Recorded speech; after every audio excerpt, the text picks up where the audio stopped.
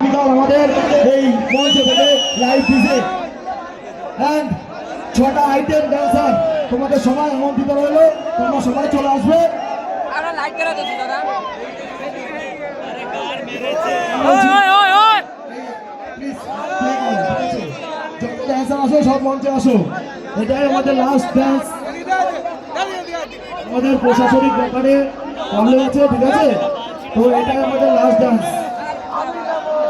আগামীকাল আমাদের এই মঞ্চ থেকে লাইভ ডিজে 6টা আইটেম ডান্সার, তো তোমাদের সবাই আমন্ত্রিত রইল, সবাই চলে আসবে, ঠিক আছে?